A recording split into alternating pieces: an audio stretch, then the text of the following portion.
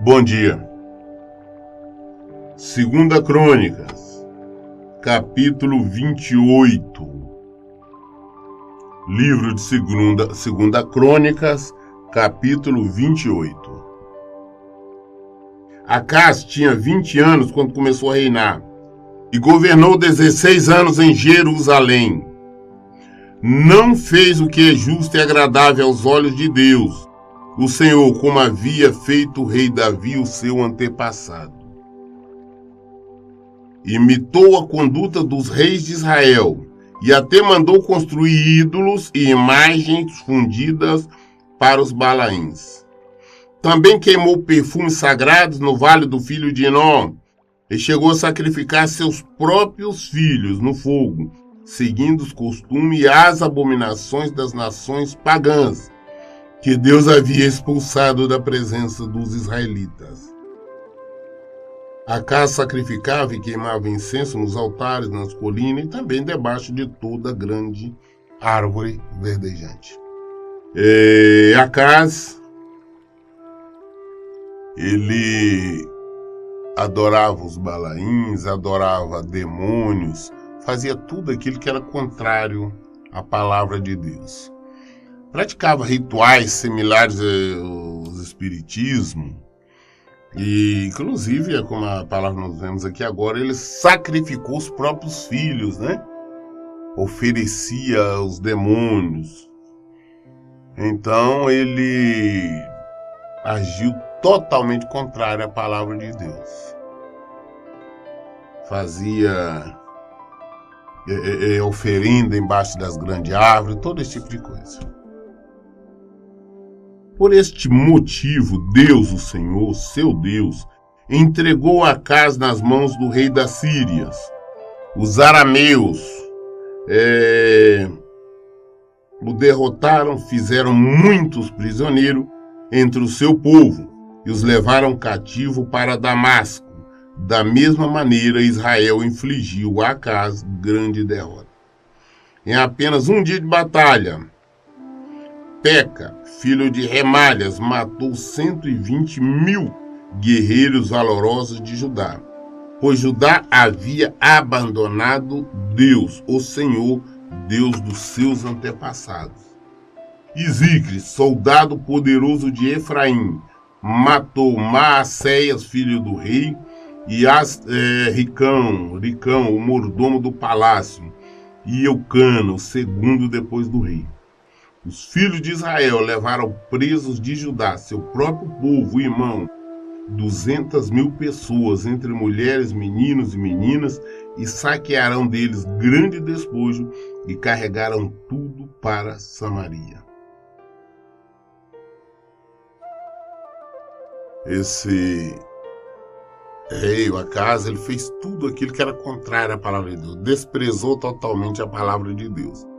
Por este motivo, ele foi um homem que viveu em derrotas. Todas as batalhas que ele enfrentou, Deus mesmo levantou os inimigos, como se eu falo, levantou a Síria e outros mais, contra ele. Então, os soldados, os guerreiros foram mortos e ele perdeu o tempo todo.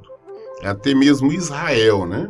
Uma nação irmã, que é o mesmo povo de Deus, se levantou contra ele, foi lá, venceu, fez uma grande derrota e levou a maioria prisioneiro para Israel. Menino, meninas, homens, mulheres, levou prisioneiro para Israel, para Samaria. E levou grande despojo, saqueou Judá. Isso por quê? Porque está desobedecendo ao Senhor. Nós devemos tirar lições de tudo isso, saber quando nós desprezamos a Deus, o Senhor permite que o inimigo venha e saqueie a nossa casa. Às vezes nós não percebemos, mas os nossos filhos, nossos meninos, nossas meninas, estão sendo levados para o cativeiro. Nossa família, nossa esposa, nosso marido, nossos pais estão sendo levados para o cativeiro. O inimigo está levando. O nosso patrimônio está sendo saqueado. Eu fico observando algumas pessoas que ganham muito bem, têm um rendimento muito grande e vivem endividado, passando o maior aperto. E eles não conseguem se render ou se enxergar o erro deles. Eu conheço pessoas que hoje têm um rendimento superior a 20 salários mínimos, são somente um casal e vivem em total aperto e endividamento. Estão em mão de agiota, dívida mais dívida, vivem em total aperto, faltando as coisas dentro de casa. Mas não conseguem entender que estão longe do Senhor. Da mesma forma que conheço pessoas que ganham um salário mínimo, têm filhos, pagam aluguel e a vida está em ordem, não estão devendo ninguém. Nós temos que entender, nós podemos ter as coisas com a bênção do Senhor, você é a bênção. A bênção do Senhor é que enriquece e elas não acrescentam dores. Quando nós agimos contrário à palavra de Deus, nosso patrimônio é saqueado, a nossa saúde é saqueada. Vejo pessoas enfermas, doentes e mais, não tem condições sequer de tratar a saúde, não tem condições financeiras de tratar, tem que viver numa total mendigância, em busca do remédio ali, de algo do governo, algo... E não abre os olhos para ver onde está o erro. Não abre os olhos para saber que a solução está no Senhor. Isso é assustador. A cegueira do povo. Este rei, ele viu que ele passou... Nós temos lido vários exemplos daqueles reis que seguiram o Senhor, que levaram Israel a seguir o Senhor. Eram vitoriosos em todas as batalhas. Aqueles que resolveram seguir os balaíns, seguir os demônios, são derrotados constantemente. Isso em todas as áreas. Em todas as áreas. A derrota vem. Pessoas são inquietas, nervosas, têm problemas de saúde, têm problemas mentais, têm problemas psicológicos, têm problemas emocionais. E exatamente porque estão longe do Senhor. Então a solução em todo o tempo é nós aprendermos a respeitar, a temer o Senhor, é não nos desviar dele. Aconteça o que acontecer, vamos ficar firmes no Senhor, porque Ele nos protege e Ele cuida. Entretanto, vivia ali um profeta do Senhor chamado Oded. Ele partiu e foi ao encontro do exército que voltava para Samaria e os advertiu.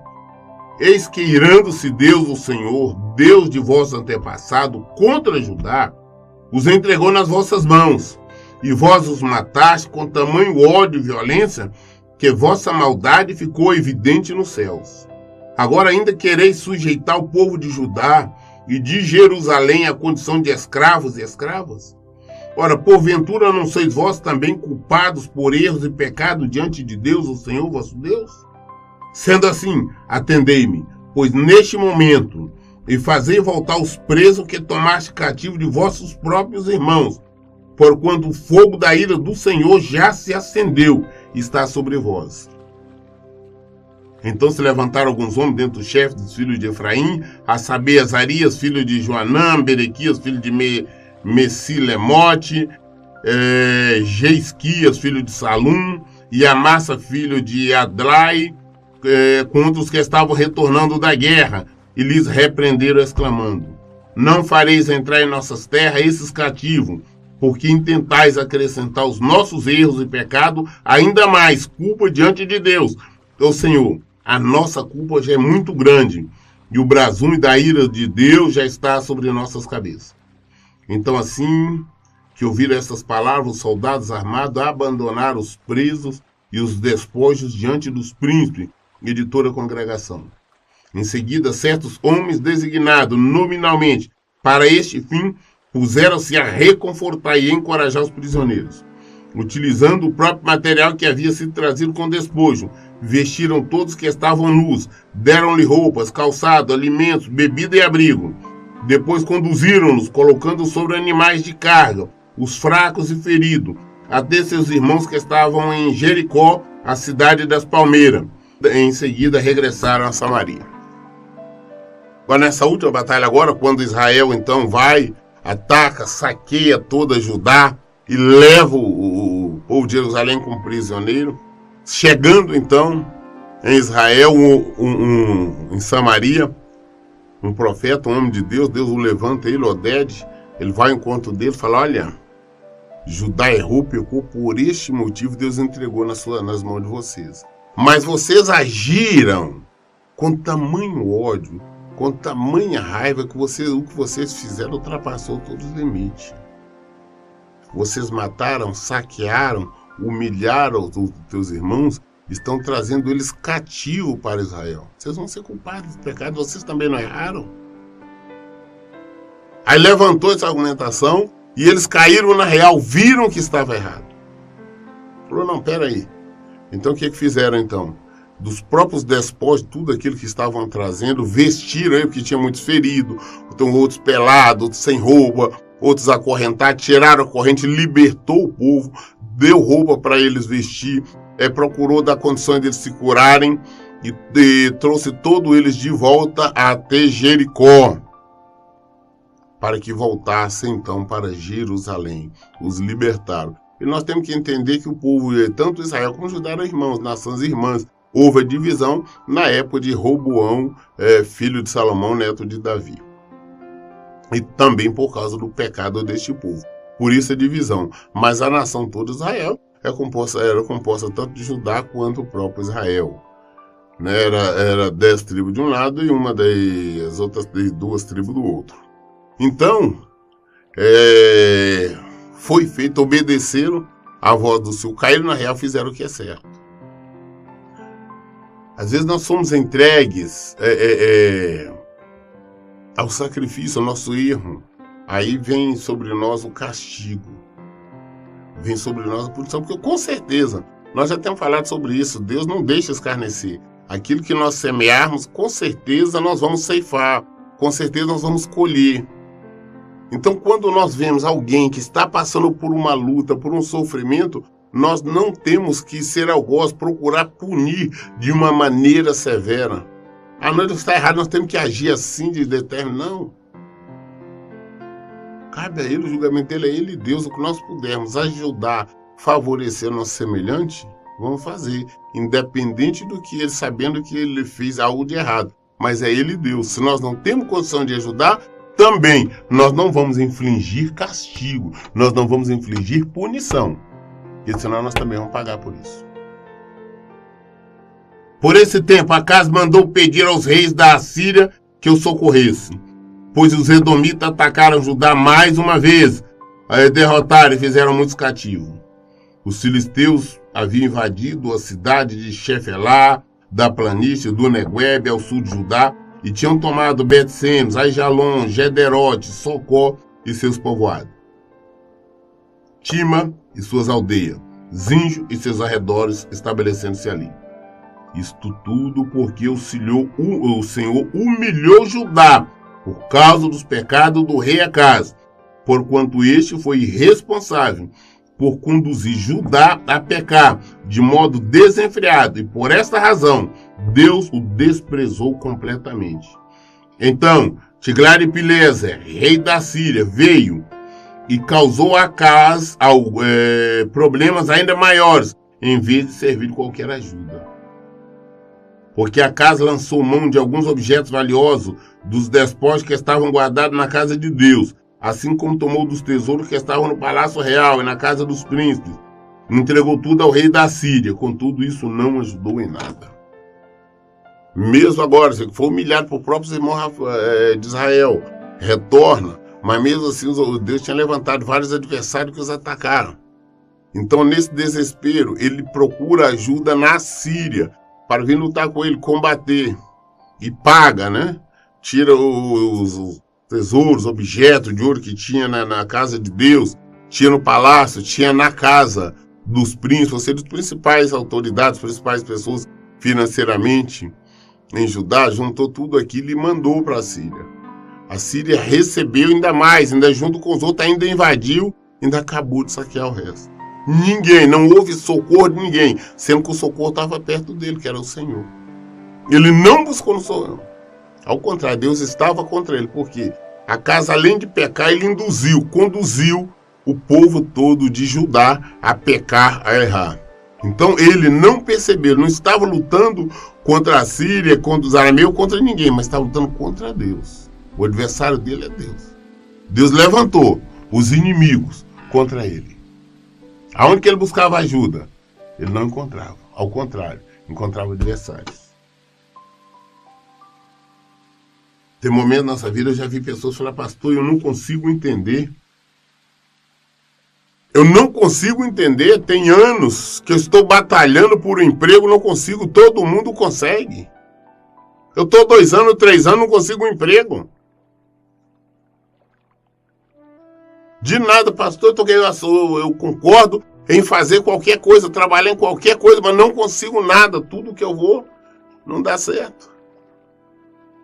Por quê? É Deus que está impedindo. É Deus que está impedindo. Vai se consertar, vai se acertar diante do Senhor. Quando Deus entende impedir, não adianta. Ah, pastor, eu não consigo entender, eu ganho bem, o meu salário é bom, mas eu não consigo pagar minhas dívidas, só ando apertada. Pastor, eu tenho um problema de saúde, eu tomo medicamento, não resolve nada. Na minha casa não tem paz, só é briga, só é discussão, só é preocupação. De repente, eu sem fazer nada, as pessoas se levantam contra mim, elas brigam comigo, elas têm raiva de mim, eu não faço nada, de repente elas se levantam, começam a me acusar, a brigar, por que será?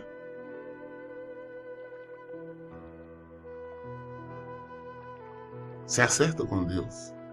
Não tente fazer do seu jeito. Se você não buscar socorro em Deus, se você não procurar se acertar com o Senhor, obedecer, você não vai conseguir nada. Eu conheço por experiência própria, que quando Deus entende de fechar a porta, ninguém abre. Já tive experiência de não querer ficar em determinado lugar que Deus queria que eu ficasse, ir para um outro e tentar, de todas as maneiras, alugar um imóvel, eu não consegui. Vários imóveis de aluguel, cidade grande, capital, eu não conseguia. Tinha dinheiro para dar o depósito, tinha tudo, mas não conseguia. Tudo dava errado, tudo, durante vários tempos. Algo que era impossível, ninguém conseguia entender. Até o dia que eu me rendi ao Senhor, eu falei, não, eu vou para onde o Senhor está me mandando. Nós temos que aprender a parar de lutar contra Deus. Nós temos que aprender. Mesmo nesse tempo em que passou por várias provações, o rei Acas não mudou de atitude. Pelo contrário, tornou-se ainda mais infiel a Deus, o Senhor. Ele chegou a oferecer sacrifícios às divindades pagãs de Damasco, que o haviam derrotado, pois imaginava, já que os deuses da Síria os têm ajudado, oferecerei também eu sacrifício a eles. Certamente me socorrerão. Todavia, eles foram precisamente a causa da sua queda fatal e da ruína de todo Israel. Então ajuntou a casa os utensílios da casa de Deus, fê-lo em pedaços, fechou as portas do templo do Senhor e ainda fez para si altares pagãos em todos os cantos de Jerusalém. Também em cada cidade de Judá mandou construir altares idólatras para queimar sacrifícios e perfumes a outros deuses, e assim provocou a ira de Deus ao Senhor de seus pais. Os demais fatos e acontecimentos do reinado de Acas e todos os seus atos, tanto os primeiros quanto os últimos, eis que estão todos escritos nos registros históricos dos reis de Judá e Israel. Acas adormeceu com seus antepassados e foi sepultado na cidade de Jerusalém, mas não no túmulo dos grandes reis de Israel. Seu filho Ezequias foi proclamado rei e passou a ocupar o seu lugar. Acas fez tudo de errado. No final, em desespero, ainda erra mais ainda. Ele não se rendeu a Deus. Ele procurou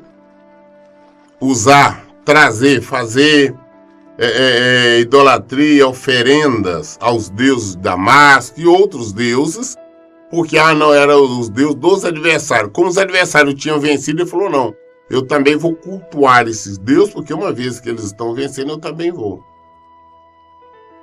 Pior ainda. Ele fez de Judá uma região toda idólatra, que adoravam demônios, adorava falsos deuses. Isso foi até a morte dele. Ele morreu nem enterrado no meio dos grandes reis, não foi. Segunda Crônicas, capítulo 29. Ezequias tornou-se rei com 25 anos de idade e governou 29 anos em Jerusalém. Sua mãe se chamava Abia, filha de Zacarias. Ele viveu de maneira como Deus o seu aprova, tal como procedera o rei Davi, seu predecessor. No primeiro ano do seu reinado, no primeiro mês, Ezequias mandou abrir as portas da casa de Deus, o Senhor, e as reformou. Trouxe os sacerdotes, os levitas, reunindo na praça oriental, e os exortou, dizendo: escutai-me, ó levitas, santificai-vos neste momento e consagrai o templo do Senhor Deus, dos vossos pais, e limpai toda a impureza do santo lugar. Porquanto nossos antepassados foram infiéis e praticaram o que é mal diante de Deus, o Senhor, nosso Deus. Eles os desprezaram, desviando o rosto da habitação do Eterno, e deram-lhe as costas. Chegaram a fechar as portas do pórtico, o vestíbulo, e apagar as lâmpadas. Não queimaram incenso sagrado, nem apresentaram holocausto no santuário, em devoção ao Deus de Israel. Por essa razão, veio grande ira da parte de Deus sobre Judá e Jerusalém, e todo o povo foi transformado em motivo de horror, desespero e zombaria, como vós estáis contemplando com os próprios olhos. Porque os nossos pais caíram à espada, e por isso nossos filhos e filhas e mulheres estão presos vivendo como escravos. Tenho, pois, agora em meu coração o firme desejo de estabelecer uma aliança com Deus, o Senhor, Deus de Israel, para que o fogo do seu juízo e de sua ira se afaste sobre todos nós. Portanto, filhos meus, não sejais negligentes, pois Deus, o Senhor, vos escolheu para o servides em sua presença e para ser seus ministros, e exalares santo perfume dos seus incensários diante dele. Ezequias, ao contrário do seu pai, assim que ele assumiu o reino, mandou reformar todo o templo, organizou tudo, arrumou tudo, reuniu os levitas do Senhor, os sacerdotes, e falou: nós vamos fazer uma aliança com Deus. Tem visto o castigo que tem vindo sobre nós, a nossa nação, nossos filhos, nossas filhas, nossos parentes, os que não foram mortos, estão em cativeiro. É o mal que está sobre Judá. Vamos estabelecer uma aliança, uma nova aliança com Deus. Vamos servir, vamos fazer os cultos direito, vamos fazer as reuniões normais, vamos apresentar nossas ofertas, vamos apresentar os holocaustos, vamos fazer tudo segundo a determinação do Senhor. Vamos viver de acordo com o mandamento do Senhor. Ezequias, o filho daquele rei que fez tudo ao contrário. Mas esse estava disposto, ele viu o erro. Ele viu que a solução era servir o Senhor. Falou: não, esse mau rei porque nós afastamos do Senhor. Vamos reunir os levitas para fazer o que é correto. Então os seguintes levitas puseram-se a trabalhar imediatamente dentre os descendentes de Coate, Maate, filho de Amassai, e Joel, filho de Azarias, dos descendentes de Merari, Quis, filho de Abdi, Azarias, filho de Jealelel, dos descendentes de Gerson, Joá, filho de Zima, e Éden, filho de Joá, dos descendentes de Elisafã, Sim e Jeuel, dos descendentes de Asaf, Zacarias e Matanias, dos descendentes de Emã, Jeuel, Simei, dos descendentes de Geduntum, Semaias e Uziel.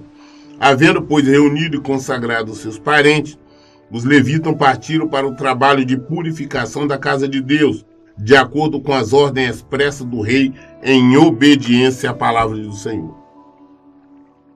Os sacerdotes também entraram na parte inferior do templo do Senhor para o purificarem e levarem para o pátio da casa de Deus toda a impureza que encontraram nas dependências do templo do Senhor. E os levitas a pegaram e o levaram para depositar no Vale do Cedron.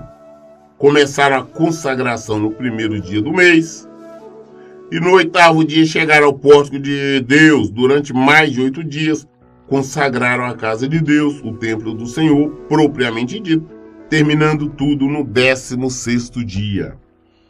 Em seguida, foram falar com o rei Ezequias e lhe prestaram o seguinte relatório: acabamos de purificar toda a casa de Deus, o Senhor, como também o altar do sacrifício, com todos os seus utensílios, a mesa dos pães da preposição, os pães consagrados com todos os seus utensílios.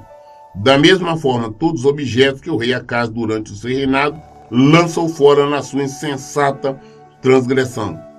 Já preparamos e santificamos, e eis que estão diante do altar de Deus, o Senhor. Então os levitas, os sacerdotes, levaram 16 dias aproximados para consagrar, para limpar, para organizar o templo do Senhor.